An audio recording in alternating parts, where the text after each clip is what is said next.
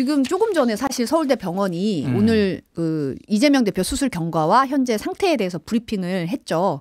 수술을 집도한 민승기 이식혈관외과 교수가 직접 설명했는데요. 영상 잠깐 보고 얘기 나누겠습니다. 그 좌측에 목 빗근 흉쇄 유돌근이라고 한자말로 나오는데요. 목 빗근 위로 1.4cm의 칼로 찔린 자상이 있었습니다. 근육을 뚫고 근육 내에 있는 동맥이 잘려 있었고 많은 양의 피떡이 고여 있었습니다. 그리고 그 근육을 뚫고 그 아래에 있는 송목 정맥이 앞부분이 원주로 치면 60% 정도가 예리하게 잘려 있었고 피떡이 많이 고여 있었습니다. 송목 동맥은 정맥의 안쪽 뒤쪽에 위치하고 있는데 다행히 동맥의 손상은 없었습니다. 주위에 뇌신경이나 다른 식도나 기도의 손상은 관찰되지 않았습니다. 그래서 2차 감염이 우려돼서 충분히 세척을 진행하였고 그 찢어진 송목 정맥을 1차 봉합하여 혈관 재건수를 시행했습니다. 꿰맨 길이는 약 9mm 정도입니다. 추가로 근육에 보인 피떡을 다 제거하고 잘린 혈관을 클립을 물어서 다 결찰을 하고 세척을 하였습니다. 그리고 피떡이나 구름이 수술 부위에 보이는 걸 방지하기 위해서 수술 부위에 배액권을 집어넣고 상처를 봉합하였습니다.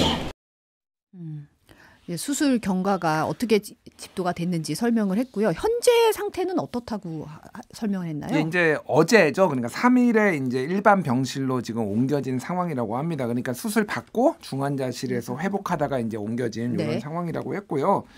그리고 이제 원래 이제 이런 혈관 재건술 같은 경우에는 중환자실에서 치료하는 게 원칙인데요. 그리고 이제 수술 부위에 합병증, 이제 혈전이 생기고 여러 가지 이제 문제가 발생할 수 있으니까 이제 지켜본 건데 이제 잘 됐으니까 사실은 일반 병실로 간 겁니다. 그래서 뭐 굉장히 불행한 사건이었지만은 그나마 다행인 것은 이게 지금 당장 생명의 위협을 받고 있지는 않다라는 게 대한민국 최고 전문의가 이제 설명을 한 거니까 그 부분은 좀 믿으면 될 것 같고 다만 아직도 이제 안정을 좀 취해야 되는 상황이니까 일반 병실에서 계속 모니터링을 하면서 좀 추가적으로 문제가 발생할 수 있는지는 지켜본다고 합니다. 네.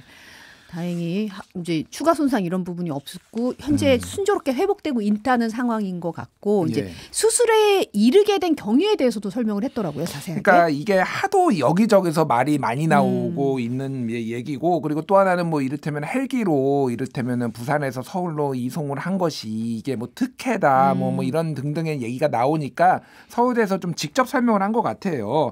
그래서 이제 서울대병원은 2021년부터 서울특별시 중증외상 최종진료센터를 운영을 하고 있고 쉽게 얘기를 하면은 최고로 위험한 환자들이 다 여기 모인다. 이렇게 뭐 난이도 높은 그렇죠. 중증 외상 환자들이 모이는 곳이다. 그렇죠. 그러니까 최고로 좀 위험한 중증 외상 환자들이 여기에 오는 거고 그래서 여기에서도 이제 뭐 외상외과 세부 분과로 이제 나눠서 운영되고 있기 때문에 일부에서는 서울대병원에서 외상센터가 없다는 말은 사실이 아니라고 지금 이 교수님이 나와서 설명을 했고요. 그리고 사건 당시에는 부산대 권역외상센터장 그리고 서울대병원의 응급의료센터 당직 교수 그리고 외상센터 당직 교수 등이 서로 연락을 해가지고 이거의 이송을 부산대에서 서울대로의 이송을 결정을 했다라고 합니다. 그때 고려를 했던 거는 그러니까 이 목 부위에 이제 칼로 인한 자상이 있고 그리고 이 목 안에 이제 정맥이 이제 조금 60%가 손상이 됐다라는 거잖아요. 근데 그 부분이 이제 상당히 위험하다. 이게 그래서 서울대에서 하는 것이 좋겠다라고 서로 의료진끼리 합의가 됐다라는 거예요. 그래서 중요한 거는 이게 뭐 1cm네, 뭐 1.4cm네, 2cm네 이거 가지고 막 논란도 있고 너무 작은데 이거 부풀린 거 아니냐 뭐 이런 얘기도 있지만은 의료진의 얘기는 사이즈, 이 크기가 중요한 게 아니다라는 거고 이 안에가 얼마나 훼손됐는지가 중요하다. 이게 그래서 얼마나 이제 실제 잘려 나갔으면 이거 재건술을 해야 되니까 그런 부분들을 이제 고려를 했는데 이 재건술을 하기에는 서울대병원이 가장 적절했다라고 이제 판단을 해서 부산대에서 요청을 했고 그래가지고 이쪽에서 서울대에서는 중환자실의 준비를 다 세팅을 해놓고 기다리고 있었고 빨리 이송을 해야 되니까 헬기를 양쪽에서 부산에서도 요청을 했고 서울에서도 요청을 했는데 서울대에서도 요청을 했는데 그래서 그쪽에서 이제 헬기가 와가지고 이제 이송을 했다 이렇게 이제 설명을 했어요. 그래서 뭐 소위 말해서 각종 좀 뭐 확인되지 않은 이런 거에 대해서 서울대가 좀 조목조목 좀 반박을 했다 이렇게 보시면 될 것 같습니다. 네. 이제 사실은 서울대병원 의료진이 이때까지 브리핑을 하지 않았어요. 예. 그래서 좀 여러 가지 말이 나왔잖아요, 사실. 그러니까 이게 서울대병원 오늘 이제 그거에 대해서 설명을 했는데 정확하게는 이 환자한테 동의를 구해야지만은 이게 의료법에 이제 환자 보호 조항이 있잖아요. 그러니까 네. 그래야지만 설명을 할 수 있다. 그래가지고 이재명 대표가 회복을 한 뒤에 의식을 어느 정도 말을 할 수 있고 의사 표현을 할 수 있고 정확하게는 이럴 때 이제 요거를 기다렸다라고 얘기를 했습니다. 근데 사실 이제 제가 정치권이나 이쪽에 좀 전체적으로 서울대병원 쪽에 알아본 바로는 너무 부담을 많이 느꼈대요. 이 사안에 대해서 서울대병원 측에서 이거를 브리핑을 직접 하는 것에 대해서 처음에는 좀 민주당 쪽에 조금 이거를 전달을 해주면은 민주당의 그 기자들이 조금 얘기를 듣는 방식으로 하기를 좀 원했던 걸로 저는 이제 전해 들었어요. 그러니까 네. 그런데 이게 너무 막 각종 루머가 퍼지고, 그러니까 당에서 하면은 특히 이제 반대 진영에서는 잘 안 믿는 경향성이 있습니다. 그러니까 이게 그러니까 공신력 있는 데서 정확하게 소위 말해서 가르마를 타주고 정확하게 얘기를 해줘야지 권위가 생기는 거죠. 이렇게 의료 쪽에서는. 그러니까 이제 서울대에서 이제 하기로 했다라는 거고, 이거는 사실은 환자의 동의가 없어서 못한다라는 거는 전례를 봤을 때 조금 뭐 이렇게 정확한 설명이 안 되는 게, 예를 들면 리포트 대사 예전에 습격당했을 때 그때 딱히 리포트 대사의 동의를 구했다 이런 얘기는 없었거든요. 그러니까 그거는 워낙 국민적으로 중요한 관심사니까 브리핑을 했어요. 그러니까 이 부분에 있어서는 아무래도 좀 여러 가지 조금 고려할 게 많았는데 어쨌든 직접 하지 않으면은 더 큰 문제가 발생할 것 같다라고 서울대에서 좀 판단을 한 것 같습니다. 예. 사실 어제 진료 기록 검토하고 민주당 측에서 사실 이제 이걸 설명을 했는데 기자들에게 그 내용과 다를 게 없어요. 똑같은 내용이더라고요. 그러니까 보니까. 민주당에서 당 인재 영입 인재로 했던 그 강청희 전 대한의사협회 상근 부회장이 어제 이제 설명을 했는데, 그러니까 이런 것 같습니다. 그러니까 기록지를 이쪽에서 좀 같이 검토를 했던 것 같아요. 이제 의사 출신이고 하니까. 그래서 정확하게 1.4cm의 자상이라고 한다라면은 이제 칼로 찢긴 뭐 이게 찔린 이런 거 찔린 네, 이런 그렇죠. 거를, 그러니까 열상은 그냥 단순히 찢긴 거고 자상은 찔린 거고 창상은 더 좀 깊이 뭐 창이나 뾰족한 걸로 칼이나 뭐 이런 건 저희가 별걸 다 용어를 알아야 되는데, 어쨌든 이거 가지고도 열상이냐 자상이냐 이거를 가지고도 조금 찢긴 거 가지고 막 너무 호들갑 떠는 거 아니냐 이런 류의 소위 말해서 허위 정보 가짜 뉴스들이 워낙 도니까 이거를 강청희 대한의사협회 상근 전 부회장이 이제 설명을 했고, 그 내용이 사실 오늘 나온 내용하고 거의 똑같아요. 그러니까 아까 말씀드렸듯이 처음에는 민주당 측에서 좀 설명을 해줘가지고 이게 부식되기를 바랐는데 전혀 그런 기미가 안 보이니까 서울대가 정확하게 나서서 좀 설명을 했다 이렇게 보시면 될 것 같습니다. 사실 목 1cm 열상은 경찰이랑 소방당국에서 처음에 초기 발표에서 이제 그 얘기가 나온 거잖아요. 맞아요. 예. 그렇고 이제 언론 보도로 알려주고 이랬는데, 이제 육안으로 봤을 때는 뭐 한 2cm의 창상 내지 자상으로 보는 게 맞다라고 어제 설명을 하더라고요. 맞아요. 뭐 1.4cm 얘기 나오고 하니까 이제 수술실에서 정확하게 쟀을 때는 그렇고. 근데 사실 이번 피습 사건 관련해서 사실과 다른 얘기들이 너무 많이 부풀려서 이제 사실인 것처럼 막 이렇게 퍼트려지니까 모든 사람들이 이게 뭐가 맞지? 뭐 이런 혼돈이 오는 것 같아요. 그러니까 이런 큰 사건에 있어서는 초동 대응이 굉장히 중요하고, 사실은 정보를 이제 컨트롤 타워 같은 게 좀 있으면 정확하게 해주면 좋은데 이런 거는 컨트롤 타워라는 게 조금 만들기가 어렵잖아요. 그렇죠. 네. 그러니까 조금 혼선이 있었던 건 맞습니다. 그래서 나무젓가락으로 찔렸다라는 얘기가 대표적으로 좀 잘못 알려진 허위 정보였는데, 왜 그러냐면은 그러니까 이게 칼이라는 게 맨 끝에는 뾰족하지만은 점점 이게 커지잖아요. 그런데 이게 깊이 찔렸다고 한다라면은 1cm 열상이 될 수는 없다. 그러니까 아예 뾰족한 송곳 같은 거나 아니면 그때 당시에 그 피의자가 들고 있었던 게 나무젓가락 같은 게 있었다. 그러니까 그걸 칼이 아니라 그걸로 찌른 거다. 뭐 이런 주장이 처음에 이제 유튜브에서 나왔어요.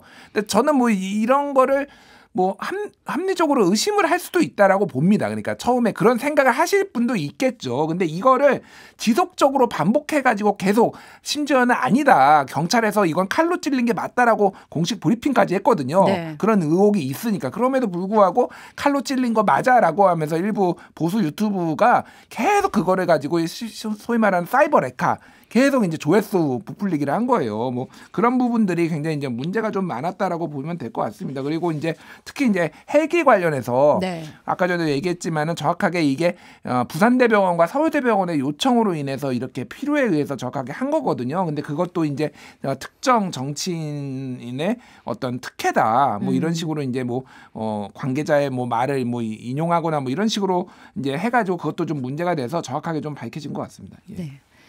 이제 검찰이 이재명 대표 이제 흉기로 살해하려고 한 혐의를 받는 김모 씨에 대해서 구속영장 청구를 했어요. 잠시 후 한 2시쯤에 구속 전 피의자 신문 진행되죠. 예.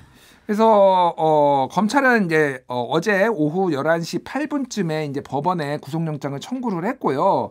그래서 뭐 지금 이 사안의 중대성이나 뭐 도주 우려 이런 거를 봤을 때 이제 피의자 이제 신문이 진행은 되지만 이게 구속영장이 발부가 안 될 가능성은 뭐 거의 제로에 가깝다 이렇게 보면 될 것 같습니다. 그래서 오후 2시 좀 있다가 이제 잠시 뒤에 부산지법에서 열리고 구속 여부는 아마 금방 오늘 오후 안에 금방 나올 것 같습니다. 네. 이제 김 씨의 당적에 대해서 관심이 상당히 많던데 아직까지 경찰의 공식 발표는 없는 상황이잖아요. 예, 그러니까 이게 이제 각 당에서 이렇게 서로 얘기를 하고 있는 상황인데 왜 이게 그러냐면은요. 그러니까 좀 과정을 설명을 드리면은 압수수색을 하기는 했어요. 경찰이 압수수색을 했는데 이 압수수색이라는 게 우리가 생각하는 막 쫙 가가지고 막 다 털고 막 들고 나오고 이런 게 아니라 그러니까 법원으로부터 압수수색 영장을 받았고요. 민주당에 가가지고 이 사람이 당원인지 아닌지를 확인하는 절차 이거를 이제 압수수색이라고 얘기를 했거든요. 왜 그러냐면은 이 당원 명부는 그 당밖에 없습니다. 중앙선관위도 없어요. 그러니까 각 당은 그냥 자기들이 가지고 있는 거예요. 그래서 심지어는 이중 당정인지 여부도 각 당들이 다 확인해 주지 않으면은 주민등록번호하고 주소로 대조해 보지 않으면은 모르는 거예요. 그러니까. 그래서 이거 여부는 경찰이 확인하려면은 각 정당에 확인해야 되는 거고 그래서 아직 경찰이 공식적으로 발표를 하기에는 좀 이르다고 판단해서 안 한 거고 각 정당에서 확인을 해가지고 지금 얘기를 한 건데 민주당에 작년 4월에 입당한 것은 맞다. 이미 이제 민주당 쪽에서는 그렇게 얘기를 했고요. 국민의힘에서는 4년 전에 탈당한 사람이 있는데 이름은 같더라. 그리고 나이대도 비슷하더라. 근데 그 사람인지 아닌지는 모르겠다. 뭐 대충 이 정도로 이해하시면 될 것 같습니다. 그래서 지금 추론상으로는 그 동일인의 가능성이 상당히 높고 과거에는 그리고 주변 지인들의 얘기도 과거에는 굉장히 열심히 뭐 이를테면 태극기 집회도 참여하고 보수 성향이 강했는데 갑자기 민주당에 입당했다더라라는 언론 보도가 여러 언론 보도가 이렇게 나온 걸로 봐서는 그렇게 과거에는 보수 정당에 있다가 지금 최근에 민주당으로 당적을 옮긴 건데 이게 그러니까 옮긴 이유가 본인의 어떤 정치적 성향이 바뀐 건지 아니면은 더 민주당 이재명 대표의 어떤 행적 같은 거를 정확하게 알기 위해서 정보 수집을 위해서 한 건지 요거는 경찰 수사로 좀 밝혀져야 될 부분이 아닌가 보여집니다. 네. 근데 사실 이제 어제 김 씨가 이제 공인중개사라고 저희가 소개를 해드렸는데 보니까 뭐 경제적으로 좀 어려움을 겪고 있는 상황이었다고 하더라고요. 일단은 월세가 사무실 임대차 계약을 맺었는데 한 달에 50만 원인데 지금 7개월째 밀렸다고 합니다. 그러니까 요즘 게다가 부동산 경기가 워낙 그렇죠. 안 좋아가지고 네. 이런 분들이 굉장히 많기는 해요. 어쨌든 그러면은 지금 생활이 거의 어렵다라고 보시면 될 것 같고 그리고 뭐 건물주 인터뷰도 나왔는데 전 건물주에게 진 빚도 160만 원 정도 있고 그리고 월세까지 밀린 월세까지 합하면은 5,600만 원 정도가 이제 빚이 있다 이런 얘기도 했고요. 주변 사람들 얘기로는 평소에 소심한 성격에 말도 없었다라는 거고 과거에는 영등포구청에서 공무원을 했다 2000년대 초반까지 뭐 이런 얘기도 있습니다. 그래서 정치적 성향을 드러내지 않는 뭐 사람인데 이게 제가 조금 해석하기로는 일종의 일본판에서 그러니까 한국판 외로운 늑대 같은 약간 그런 느낌이에요. 그러니까 일본에서 그 사건 저질렀던 사람들이 대체적으로 보면은 말수 적고요. 그리고 주변하고 교류가 없고 그리고 또 하나는 뭔가 큰 원한이 있고 경제적으로 공공한 사람들이 많습니다. 예를 들면 아베 신조 예전에 총상으로 살해한 사람도 어머니가 통일교회 모든 돈을 갖다 바친 거에 대해서 굉장히 큰 원한을 품고 본인은 경제적으로 공공을 해서 교류가 별로 없었다. 주변 사람들로 말수도 적었다라는 거잖아요. 어떻게 보면 약간의 나이 차이는 있지만 일종의 한국판 외로운 늑대 같은 그런 것도 조금 좀 비슷한 부분이 많다. 어쨌든 좀 봐야 되는데 어쨌든 정확한 동기가 배후가 있었는지 뭐 이런 거는 좀 더 경찰이 조사를 해봐야 될 것 같아요. 좀 더 수사 진행상을 좀 봐야 될 것 같네요. 근데 피습 사건으로 사실 민주당의 분당 사태는 좀 약간 잠시 멈춤 뭐 이렇게 좀 보이는데 이현욱 의원이 뭐 이 대표 상태 호전되면 뭐 최후 통첩할 수 있다 뭐 이런 발언을 했더라고요. 예. 그러니까 지금 뭐 계속 위독할 경우에는 뭐 미룰 수도 그때 좀 호전될 때까지 미룰 수는 있지만은 소위 말해서 이제 총선 시간표라는 게 선거 시간표라는 게 있는데 원칙과 상식의 시간표를 봐서도 마냥 미룰 수는 없다라는 거고 그래서 그 얘기는 뭐냐면은 이제 최후 통첩이라는 거죠. 원래는 그러니까 지난해 연말까지 민주당에 시간을 주고 이재명 대표 때 시간을 주고 의사를 들은 다음에 하려고 했는데 연초에 그거를 하겠다라고 조금 미뤘거든요. 근데 연초에 이게 터져버리니까 이재명 대표가 지금 의사 표현을 하기가 어려운 상황이 되니까 좀 미뤄진 것 같습니다. 그래서 지금 상황으로 봤을 때 1월 셋째 주를 넘기기는 힘들 것 같아요. 그러니까 한 2주 정도까지는 최대 시간을 좀 이게 탈당을 유보하거나 그런데 만약에 신당을 만들 생각이라면은 그 이유는 거의 물리적으로 좀 시간이 안 나오거든요. 그러니까 최대한 어쨌든 조금 지금 상황은 이재명 대표한테 너무 압박을 하는 모양새는 또 본인들한테도 좀 부담이 되니까 호전되기를 좀 기다리면서 결정을 하겠다 이렇게 보면 될 것 같고 이낙연 전 대표 같은 경우에도 지금 모든 신당과 관련된 아니면 공개 일정을 지금 다 중단한 상황이거든요. 네. 그래서 아마 이번 주까지는 아마 공개 일정이 다 없을 것 같고 다음 주 초는 지나서 초까지도 조금 조심할 것 같고 그 이후에 좀 움직이지 않을까 이렇게 좀 관측이 되고 있습니다. 네. 이준석 전 국민의힘 대표가 이끄는 가칭 개혁신당 보니까 오늘 페이스북에 올렸는데 온라인 당원 모집 하루 만에 2만 명이 넘었다 이렇게 올렸더라고요. 네, 저게 이제 홈페이지가 있어요. 그래서 개혁신당.kr 이렇게 됐는데 그 홈페이지 URL이 그러니까 저거 정확히는 이제 IP죠. IP가 본인들이 공개도 하기 전에 뭐 이렇게 알려져 가지고 많은 당원들이 거기에 들어왔다라고 합니다. 그래서 이제 일종의 저는 뭐 바람몰이 전략이 아닌가 뭐 이런 생각도 좀 하기는 했어요. 어쨌든 그런데 이게 좀 예사롭지 않죠. 왜냐하면은 24시간이 안 됐는데 2만 명이 온라인으로 가입을 했다라는 거는 이미 5천 명이라는 그거를 다 넘어선 거잖아요. 그러니까 충분히 그러니까 5개 지역에서 1,000명씩 해가지고 이제 5천 명을 넘기면 되는 거니까 그거는 충분히 넘어섰다라고 보면 될 것 같고 이게 이제 보통은 당 가입을 했을 때 일반적으로는 팩스로 보내거나 아니면 종이로 된 거 뭐 입당 원서를 보내거나 뭐 이런 식으로 하는데 이런 식으로 전원을 온라인으로 가입한 거는 처음이거든요. 이것도 일종의 어떤 정치 개혁 실험 같은 성격이 좀 있는 것 같습니다. 그리고 저도 들어가 봤는데 첫 대문에 가입 이거가 떠 있어요. 근데 이게 약간 혼동스러운 게 이 홈페이지를 보려면은 이거를 가입을 해야 되나 이렇게 해가지고 저도 실수로 들어갈 뻔했습니다. 가입을 할 뻔했습니다. 저는 이제 어떤 당적도 가져본 적이 없기 때문에 당연히 가입을 안 할 건데, 그러니까 약간 혼동스러운 사람도 있지 않았을까. 하지만 어쨌든 큰 틀에서는 굉장히 좀 바람이 불고 있다 이렇게 보는 게 맞을 것 같아요. 예. 천하람 개혁신당 창당준비위원장이 오늘 MBC 시선집중 나와서 이제 국민의힘 한동훈 비대위원장의 컨벤션 효과 두고 개혁신당이 한동훈 효과 없애버릴까 거다 이런 식으로 얘기를 했더라고요. 예, 오늘 좀 흥미롭게 저도 들었는데 한동훈이 뜨니까 이준석이 진다라는 주장에 대해서는 저는 저점에서 올라가는 게 마음이 든다라고 얘기를 했고요. 저희가 훨씬 더 개혁적이고 미래지향적이고 유능함까지 갖추고 있다면은 한 위원장이 윤석열 대통령에 불과하다는 점이 또 드러나게 될 것이다 이렇게 얘기를 했고요. 그래서 한동훈 효과를 없애버릴 것이다. 이거는 뭐 계속 이제 이준석 신당 쪽에 개혁신당 쪽에서도 좀 얘기를 하고 있는 겁니다.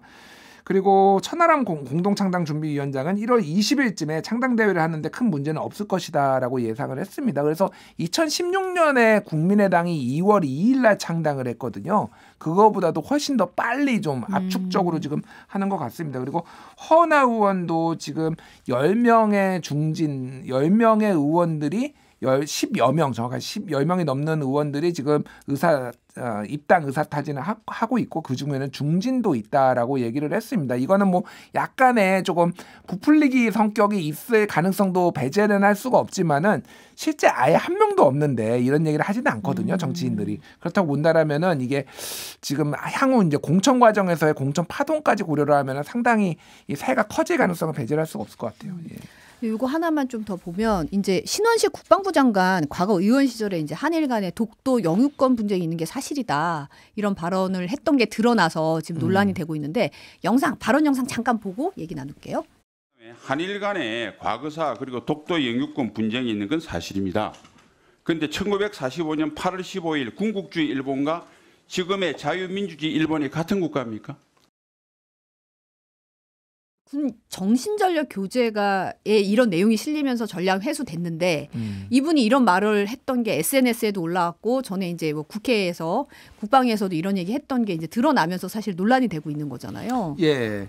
그러니까 저 상임위에서 저 얘기를 하고 그 SNS에 그 얘기를 이제 또 쓴 거예요. 그래서 지난해 3월에 SNS 게시글에 반일 선동과 친일몰이에 주력하는 민주당과 이재명 대표에 묻겠다라고 하면서 지금 한일 간의 과거사, 독도 영유권 분쟁이 있는 것은 사실이다라고 적었습니다. 그리고 그 발언은 이제 한 거거든요. 그래서 우리 안보에 위협이 되는 것은 일본이 아닌 북한이라며 한일 간의 과거사 또는 독도 영유권 분쟁이 있는 건 사실입니다. 그런데 1945년 8월 15일 군국주의 일본과 지금의 자유주의 일본이 같은 국가입니까? 이렇게 얘기를 했어요.